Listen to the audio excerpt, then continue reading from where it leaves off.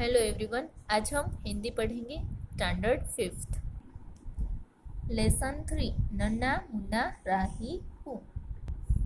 Question 7, कविता के आधार पर देश या सिपाही के बारे में 5-7 वाक्य लिखिए। बच्चों, यहाँ पे हमने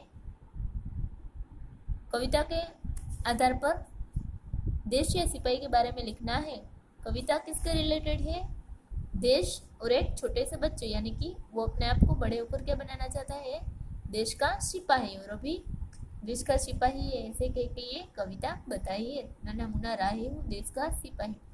उसके आधार पे हमें देश या फिर सिपाही के बारे में लिखना है। मैंने देश के बारे में लिखा है, आप अपने हिसाब से सिपाही के बारे में भी लिख सकते हो। चलो देखते हैं। देश, भारत हमारा देश है। पुराने जमाने में यहाँ भरत नाम के एक वीर और प्रतापी राजा हुए थे। बच्चों, हमारे देश का नाम क्या है? भारत। और पुराने जमाने में भरत नाम का एक राजा था। वो कैसा था? वीर और प्रतापी। उन्हीं के नाम से हमारा देश भारत कहलाया। वो भरत राजा है, उनके नाम पर ही हमने हमारा देश का नाम ही वो रखा है, क्या? भारत। इसलिए हमारा देश क्या कहलाता है? भारत। भारत का दूसरा नाम हिंदुस्तान है। भारत ही हम दूसरे नाम से क्या कहते हैं? भारत को हिंदुस्तान। दिल्ली भारत की राजधानी है। भारत की राजधानी कौन सी है? दिल्ली। हिंदी हमारी राष्ट्रभाषा है। हमारी राष्ट्रभाषा कौन सी है? हिंदी। हमारा देश विशाल है। यहाँ विविध जाति और धर्म के लोग रहते हैं। वे आपस में मिलजुल कर रहते हैं। हमारा देश है वो बहुत ही विशाल यानी कि बड़ा है। यहाँ पे बहुत सारे लोग हैं वो रहते हैं। वो अलग अलग जाति के और धर्म के हैं, पर फिर भी वो एक दूसरे के साथ मिलजुल कर रहते हैं। भारत कृषि प्रधान देश है। यहाँ 70% लोग खेती करते हैं। यह देवभूमि है। हमारा देश भारत मुझे प्राणों से भी अधिक प्यारा है। क्या कहा है? भारत देश है, कृषि प्रधान देश है। यहाँ पे बहुत सारे लोग हैं वो खेती करते हैं।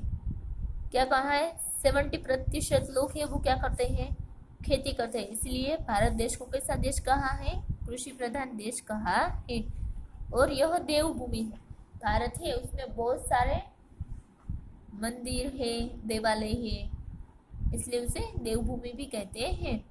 हमारा देश भारत है वो मुझे प्राणों से भी अधिक प्यारा है, यानी कि मैं अपने देश से बहुत प्यार करता हूँ। नेक्स्ट क्वेश्चन 8, इस गीत में बच्चे ने सिपाही बनकर देश की सेवा करने की भावना व्यक्त की है। हमने अभी आगे जो कविता देखी थी, गीत देखा था, उसमें एक बच्चा है वो अपने आप को सिपाही बनकर देश की सेवा करने की भावना बताता है।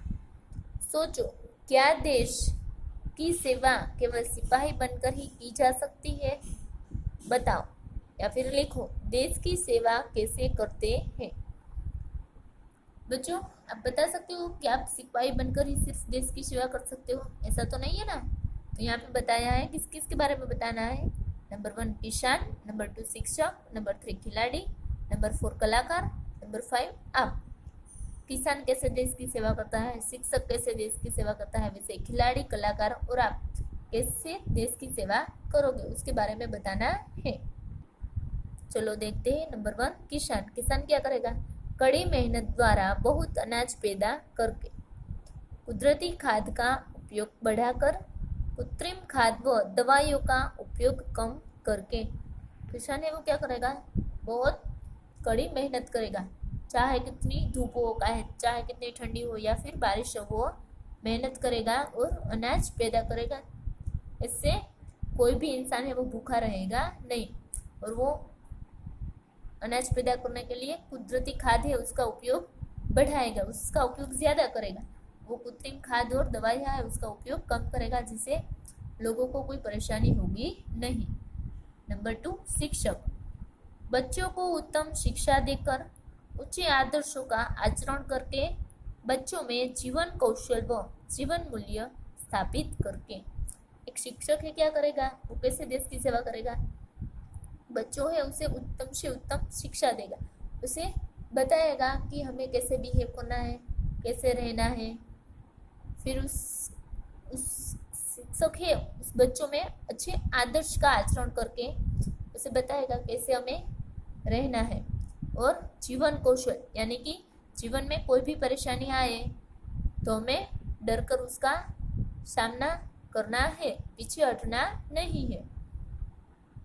नंबर 3, खिलाड़ी खेल दिली रख कर, धोखेबाजी छोड़कर और सही अर्थ में अपना कौशल दिखाकर। खिलाड़ी क्या करेगा, प्यार से खेलेगा, कहीं पर भी वो धोखेबाजी करेगा नहीं, और वो अपने पास जो एबिलिटीज है उसे दिखाएगा और अच्छे से खेलेगा और देश के लिए कुछ करेगा और ट्रॉफीज है, मेडल्स है वो देश को दिलाएगा।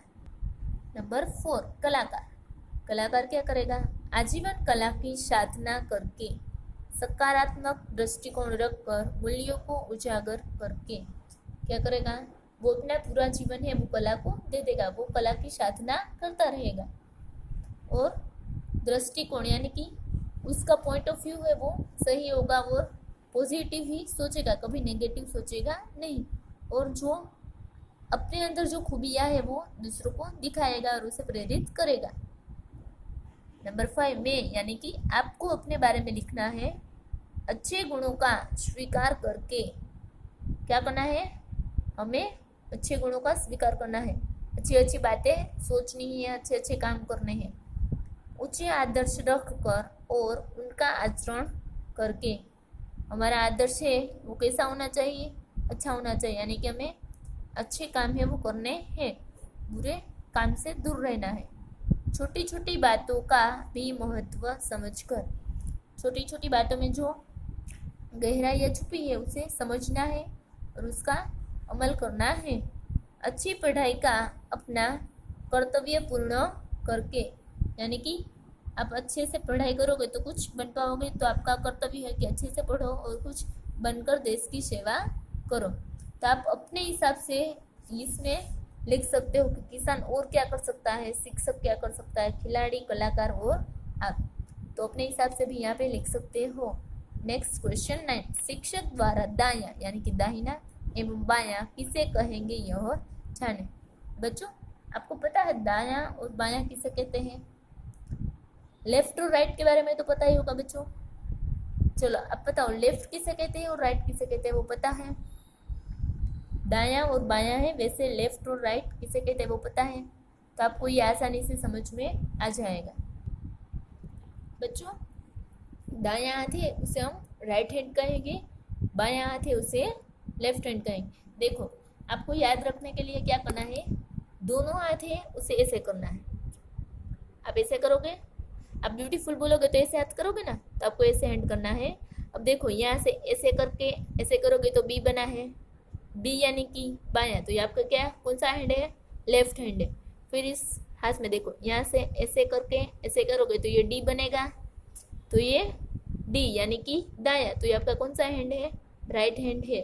आपको याद रखने के लिए हैंड ऐसे करना है और देखना है कि कहाँ पे डी बनता है और कहाँ पे बी। यहाँ पे बी तो बायां, यहाँ पे डी तो ये दायां। ठीक है, समझ में आ गया। Thank you.